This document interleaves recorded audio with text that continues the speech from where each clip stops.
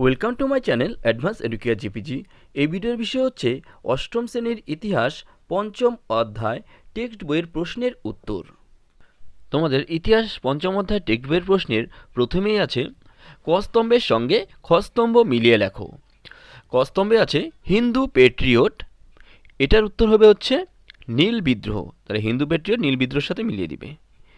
এরপর আছে বাহাদুর শাহ জাফর, এটা লিখবে শেষ মুঘল সম্রাট। তারপর আছে রাজা রামমোহন রায়, এটা হবে সতীদাহ বিরোধী আন্দোলন।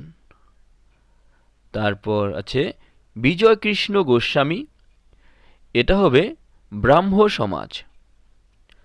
তারপর শেষে আছে সাঁওতাল বিদ্রোহ, এটার উত্তর হবে সিধু ও কানহু। এরপর দুইয়ের দাগে আছে বেমানান শব্দটি খুঁজে বার করো। ক নম্বরে আছে পণ্ডিতা রমাবাই, বেগম রোকেয়া সাখাওয়াত হোসেন, ভগিনী শুভলক্ষ্মী, রানী লক্ষ্মীবাই। এখানে বেমানান শব্দটি হবে রানী লক্ষ্মীবাই। এরপর ক্ষয়ের দাগে আছে আত্মারাম পাণ্ডুরঙ্গ, মহাদেব গোবিন্দ রানাডে, জ্যোতিরাও ফুলে, বীরেশলিঙ্গম পাণ্ডুলু। এখানে বেমানান হবে বীরেশলিঙ্গম পাণ্ডুলু।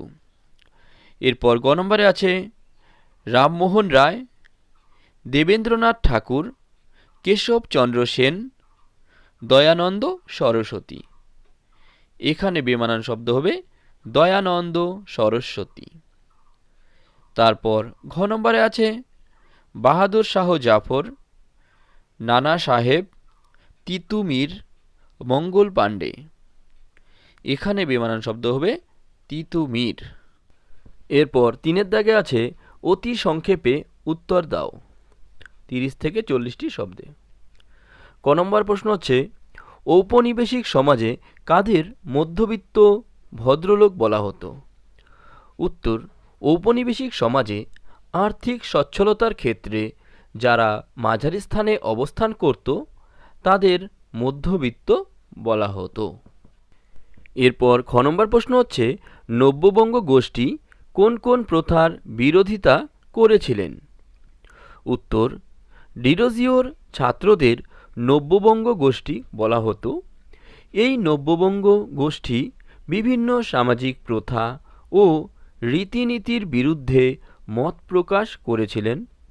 তারা মূলত জাতপাত, বহুবিবাহ, বাল্যবিবাহ প্রভৃতি কুপ্রথার বিরোধিতা করেছিলেন।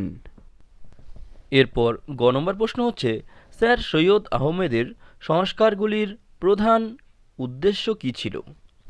উত্তর, স্যার সৈয়দ আহমেদের সংস্কারগুলির প্রধান কয়েকটি উদ্দেশ্য ছিল মুসলিম সমাজকে আধুনিক করে গড়ে তোলা।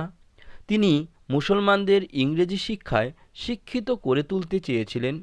তিনি চেয়েছিলেন মুসলিমরা বিজ্ঞান মনস্ক ও যুক্তিবাদী হয়ে উঠুক। এরপর ঘ নম্বর প্রশ্ন হচ্ছে তিতুমির কাদের বিরুদ্ধে বিদ্রোহ করেছিলেন?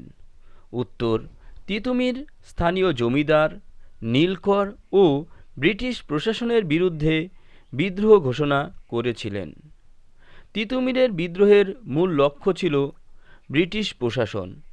তিনি বারাসাতে একটি বাঁশের কেল্লা নির্মাণ করে নিজেকে রাজা ঘোষণা করে লড়াই শুরু করেন। এরপর নেক্সট ভিডিওতে তোমাদের পরবর্তী প্রশ্নগুলোর উত্তর করে দেওয়া হবে। তোমাদের যদি এই ধরনের বিভিন্ন নোট, সাজেশন ইত্যাদি শিক্ষামূলক ভিডিওর প্রয়োজন হয় তাহলে আমার এই চ্যানেলটিকে সাবস্ক্রাইব করে বেল আইকনটি অন করে রেখো, যাতে এই ধরনের ভিডিওগুলো আপলোড করার সঙ্গে সঙ্গেই তোমরা তার নোটিফিকেশন পেয়ে যেতে পারো। এছাড়াও তোমাদের কোন বিষয়ে কি ভিডিও লাগবে সেটাও কমেন্ট করে জানাতে পারো। আমি চেষ্টা করব সেই বিষয়েও তোমাদের একটি ভিডিও তৈরি করে দেওয়ার।